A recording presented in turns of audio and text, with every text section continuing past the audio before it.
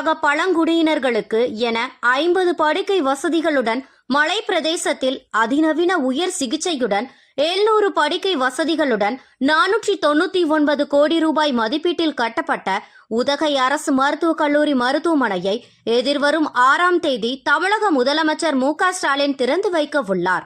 நீலகிரியில் மருத்துவக் கல்லூரி ஆய்வுக்கு பின் மக்கள் நல்வாழ்வுத்துறை அமைச்சர் மா. சுப்பிரமணியன் பேட்டி.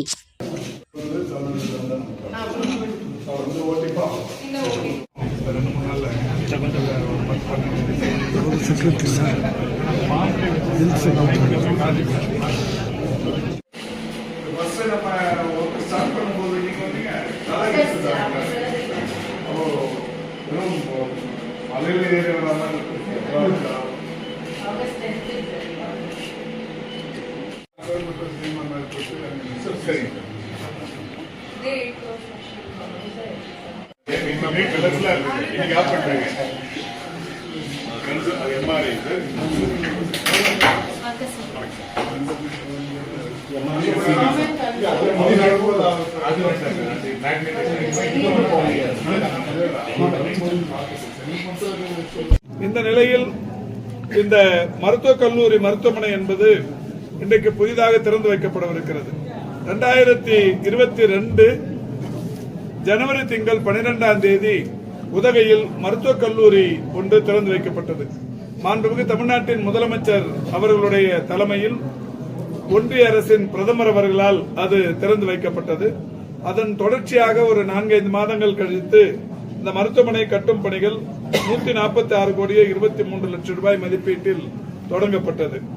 இந்த கட்டமைப்பு பணிகள் கடந்த 3 ஆண்டுகளாக முழுமையாக முடிவுற்று இதை கட்டுவதற்கு பொதுப்பணித்துறையினர் மிகப்பெரிய அளவிலான சவால்களை சந்தித்தனர்.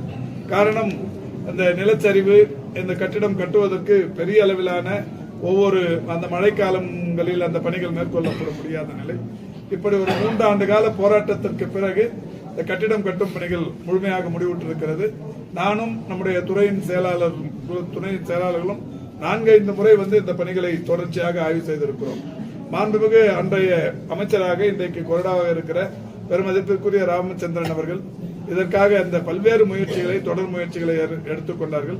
இந்த பகுதியில் இருக்கிற உள்ளாட்சி அமைப்புகளை சேர்ந்த நிர்வாகிகள், மாவட்ட ஆட்சித்தலைவர் தலைமையிலான அந்த நிர்வாகம் என்பது இதை கட்டுவதற்கு மிகப்பெரிய அளவிலான அந்த பொறுப்போடு செயல்பட்டு இது இன்றைக்கு ஒரு முழு வடிவம் பெற்றிருக்கிறது. இங்கே இந்த உதகை மாவட்டத்தை பொறுத்தவரை கூடலூர் பகுதியில் ஒரு 31 கோடி ரூபாய் செலவில் மாவட்ட அரசு தலைமை மருத்துவமனை ஒன்றும் கட்டும் பணிகள் எங்களால் தொடங்கி வைக்கப்பட்டு இப்போது அந்த பணிகளும் வேகமாக நடைபெற்றுக் கொண்டிருக்கிறது.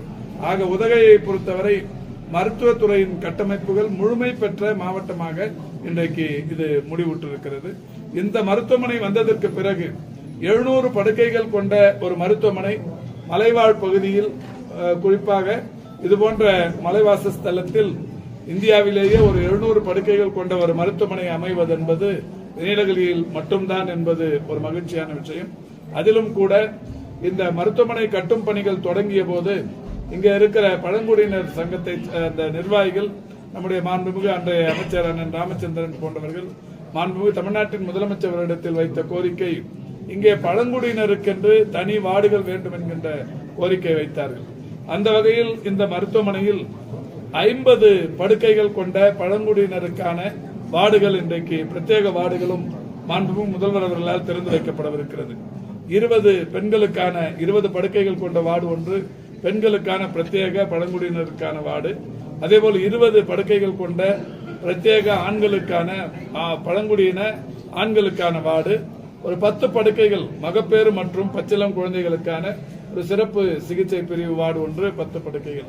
இப்படி ஒரு 50 படுக்கைகள் பழங்குடியினருக்கென்று பிரத்யேகமாக ஒதுக்கப்பட்டு அந்த வார்டுகளும் மாண்புமிகு முதல்வர் அவர்களால் திறந்து வைக்கப்படவிருக்கிறது. இதுவும் கூட இந்தியாவில் பழங்குடியினருக்கென்று 50 படுக்கைகள் கொண்ட பிரத்யேக வார்டுகள் அமைய பெற்றிருப்பது என்பது உதகையில்தான் என்பது மிகப்பெரிய வரலாற்று சிறப்பு. அந்த அமைப்புகளை மாண்புமிகு முதல்வர் அவர்கள் திறந்து வைக்கவிருக்கிறார்கள். இந்த மருத்துவமனையை பொறுத்தவரை MRI, CT scan, digital X-ray போன்ற அதிநவீன தொழில்நுட்பத்துடன் கூடிய கருவிகள் இன்றைக்கு பயன்பாட்டுக்கு வரவிருக்கிறது.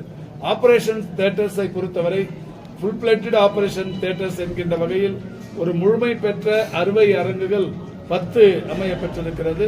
அந்த 10 அரங்குகளையும் அன்றைக்கு மாண்புமிகு முதல்வர் அவர்கள் திறந்து வைக்கவிருக்கிறார்கள். இந்த மருத்துவமனையை பொறுத்தவரை சாதாரணமாக தரைப்பகுதியில் இருக்கிற மருத்துவமனைகளுக்கு ஈடாக ஏன் அதற்கும் மேலான கூடுதல் வசதிகளை பெற்ற ஒரு மருத்துவமனையாக இந்த மருத்துவமனை இன்றைக்கு உருப்பெற்றிருக்கிறது. இதை மாண்புமிகு தமிழ்நாட்டின் முதலமைச்சர் அவர்கள் ஏப்ரல் திங்கள் 6ஆம் தேதி திறந்து வைக்கவிருக்கிறார்கள். ஏப்ரல் 6ஆம் தேதி இந்த மருத்துவமனையை திறந்து வைத்துவிட்டு இங்கே இந்த மாவட்டத்தில் புதிதாக கட்டப்பட்டிருக்கிற 17 ஆரம்ப சுகாதார நிலையங்கள் மற்றும் துணை சுகாதார நிலையங்களை இங்கிருந்தவாறே திறந்து வைக்கவிருக்கிறார். அதேபோல் எமரால்டு பகுதியில் 8,60,00,000 மதிப்பீட்டில் கட்டப்பட்ட ஒரு மருத்துவமனை கட்டிடத்தை இங்கிருந்து திறந்து வைக்கிறார். அதேபோல் இன்னமும் கூடுதலாக அடிக்கல் நாட்டப்பட வேண்டிய மருத்துவத்துறை சம்பந்தமான பணிகளுக்கும் அடிக்கல் நாட்டுகிறார்.